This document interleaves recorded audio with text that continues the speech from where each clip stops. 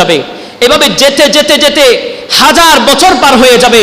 হঠাৎ করে জাহান্নামের গভীর তল থেকে এক বান্দা চিৎকার দিয়ে বলবে, ইয়া হান্নানু ইয়া মান্নান, ইয়া হান্নানু ইয়া মান্নান বলে জাহান্নামের গভীর থেকে যখন চিৎকার করবে, রব্বে কারীমের দরবারে ওই আওয়াজ যখন শোনা যাবে, আমার আল্লাহ জিবরিল আমিনকে পাঠিয়ে দিবেন, জিবরিল যাও।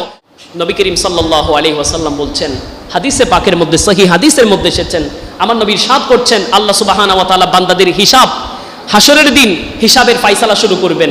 যারা জান্নাতি তাদেরকে জান্নাতে দিয়ে দিবেন, যারা জাহান্নামী তাদেরকে জাহান্নামের মধ্যে চলে যাবে। এভাবে যেতে যেতে যেতে হাজার বছর পার হয়ে যাবে।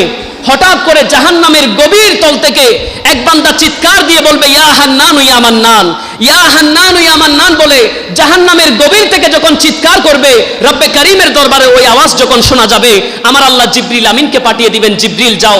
জাহান্নামের ভিতর থেকে আমাকে ইয়া হান্নানু ইয়া মান্নান বলে ডাকছে, হাজার বছর পার হয়ে গিয়েছে, এত সময় পরে কোন বান্দা আমাকে ডাকছে, একটু গিয়ে দেখো।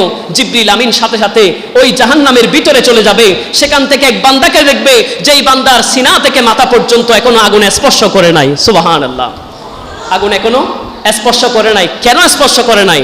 হাদিসে পাকের মধ্যে নবীজি বলছেন, বাবা আদম থেকে ঈসা পর্যন্ত যত নবীর উম্মত আছে, সমস্ত নবীর উম্মতদেরকে জাহান্নামে ফেলতে দেরি, জাহান্নামের আগুন সাথে সাথে তাকে জ্বালিয়ে পুড়িয়ে চারকার করে দিবে।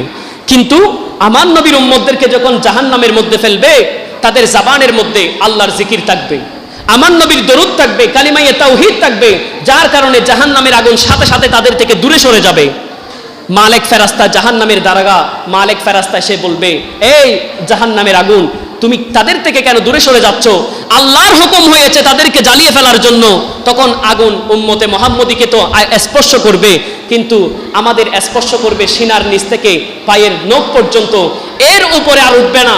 কারণ আমাদের অন্তরের মধ্যে হুব্বে মুস্তাফা, আমার রসুলের ভালোবাসা আছে, আল্লাহর ভালোবাসা আছে, আল্লাহর জিকির রয়েছে, রসুলের দরুদ রয়েছে, যার কারণে এই সিনা থেকে মাথা পর্যন্ত উম্মতে মুহাম্মদীর একজন বান্দাকেও জাহান্নামের আগুন স্পর্শ করবে না।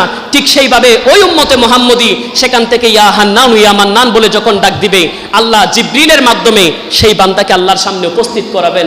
আমার আল্লাহ জিজ্ঞেস করবেন, বান্দারে ওই জাহান্নামের ভিতরের অবস্থা কেমন ছিল, তুমি সেখানে কেমন ছিলা?